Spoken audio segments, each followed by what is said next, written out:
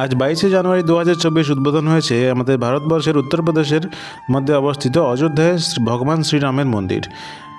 এখানে ভগবান শ্রীরামের যে বাল্যমূর্তি অর্থাৎ রামলালার মূর্তি আজকে প্রাণ প্রতিষ্ঠা হয়েছে।